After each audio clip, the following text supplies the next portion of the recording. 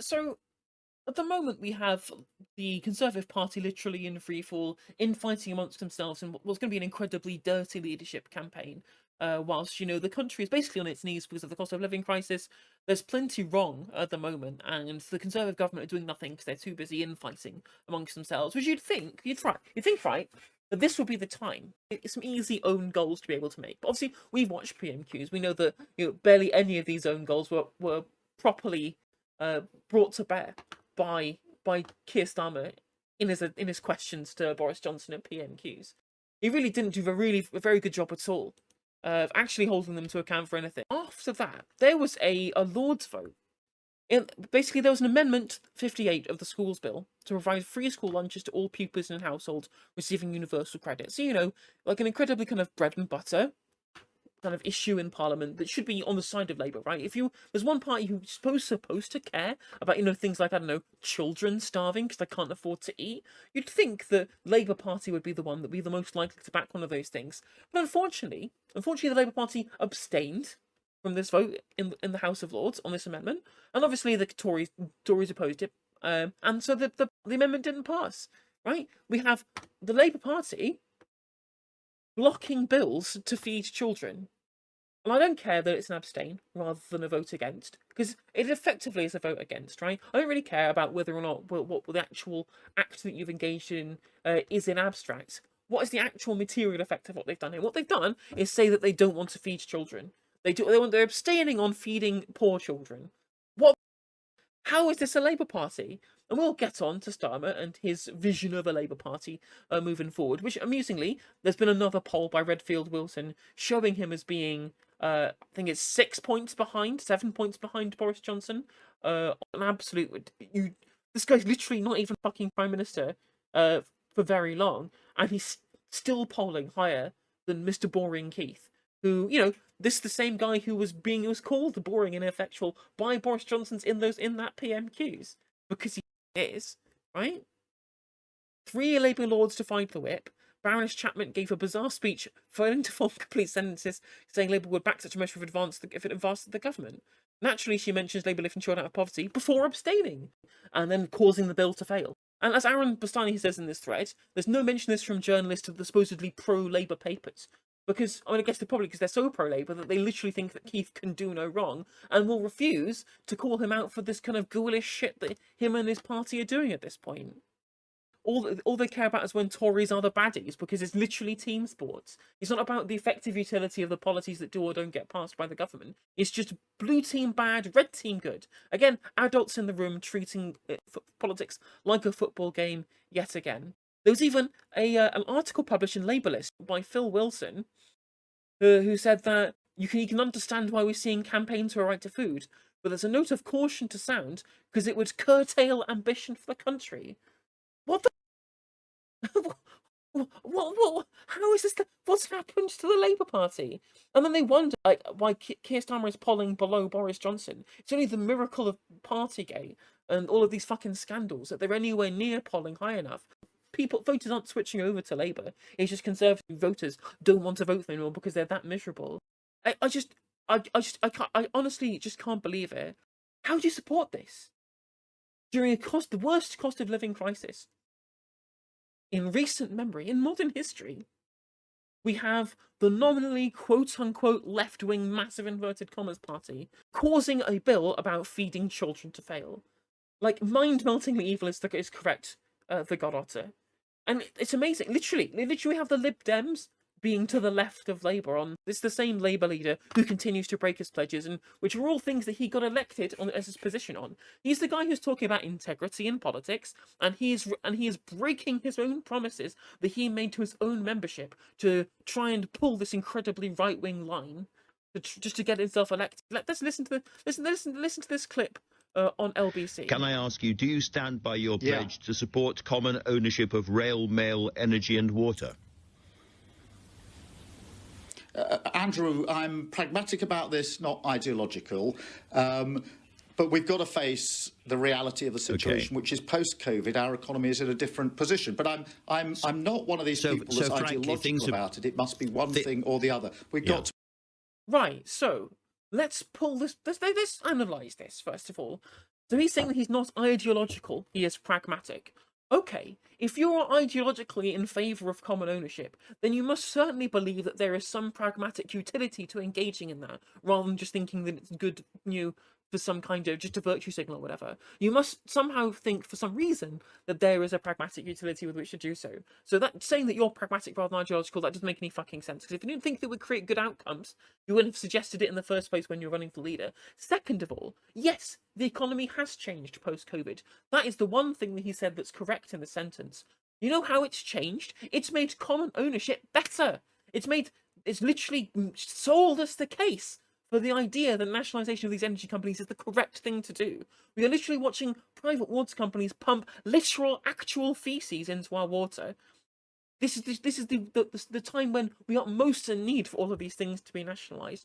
Like, even if the COVID pandemic made it so that the Conservative government put the rail and back into control of the government, because franchises couldn't make money, because there were so few travellers on the trains during the lockdown at the start of the pandemic, like the really kind of harsh lockdown, right? The Conservative government understand that the pragmatic perspective is with which to do this, right? Looking like, even like, the regulator is so captured by industry that then they're increasing the price cap so that it's going to be stratospheric come October, come January. And they're making it so that competition doesn't even happen within the market. The only thing that's happened in the time between the start of the pandemic and now is make the case that nationalisation of rail, mail, energy and water better than anything else. To say that the economy has changed and that means that you're not going to nationalise, it is stupid beyond comprehension. It's unbelievable. This is the guy, again, who ran on it as a pledge when he was running to become leader. Now we've seen that the fact that these industries are marketised has been a complete failure, that cannot deal with a pandemic of this nature, and won't deal with future pandemics or future cost of living crises that are happening moving forward.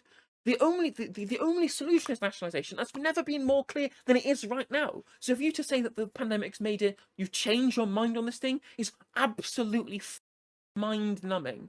It bends the space-time continuum that he could answer in this way. Whilst energy companies are literally fleecing us, as Godotto points out in chat, whilst they make so much money that they literally say they have more money than they know what to do with.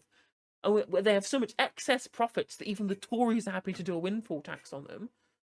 Why is this not under public control? To be practical.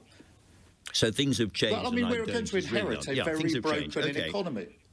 Yeah, so fix the economy with nationalisation. And what about the pledge that you'll end all private provision in the NHS? Is that still operative?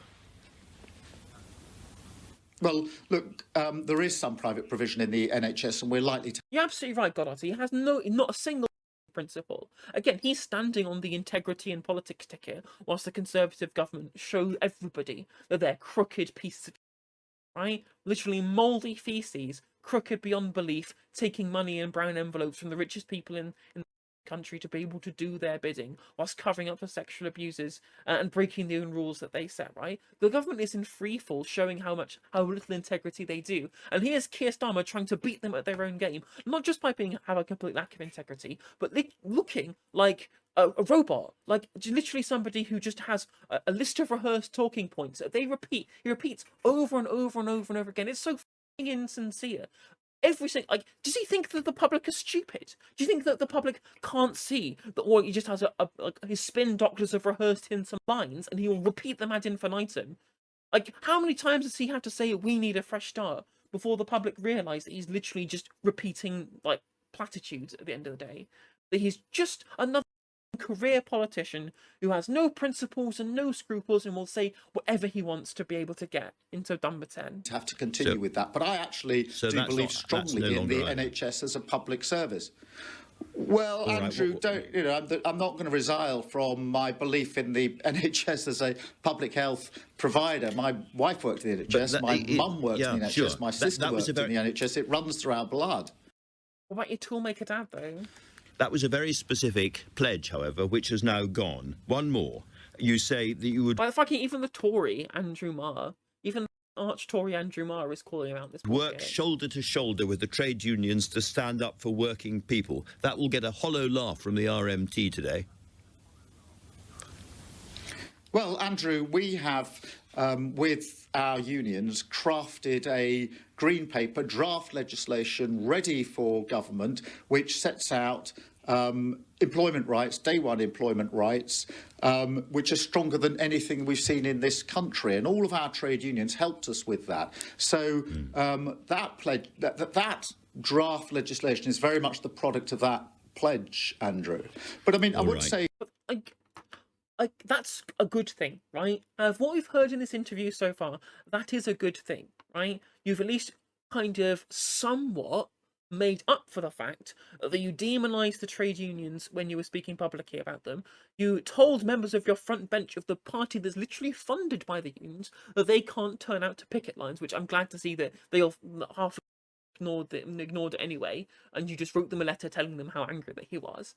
And he has David Lammy going on TV, not even knowing about the strikes that he's so not in favour of in the first place, having to do a humiliating climb down on Twitter, right? So I'm sorry, saying you're standing shoulder to shoulder with the trade unions is not saying that you don't want the strikes to go ahead and it's just a political ploy from the Tories rather than, you know, a proper actual labour dispute in which people's real lives and real pensions are at stake. Okay, to be absolutely, I'm sorry. Pledges. We had just because you put the pledges to me. We went through the hustings that all of the candidates, Tory candidates, are going through now, and you lied. You broke your promise.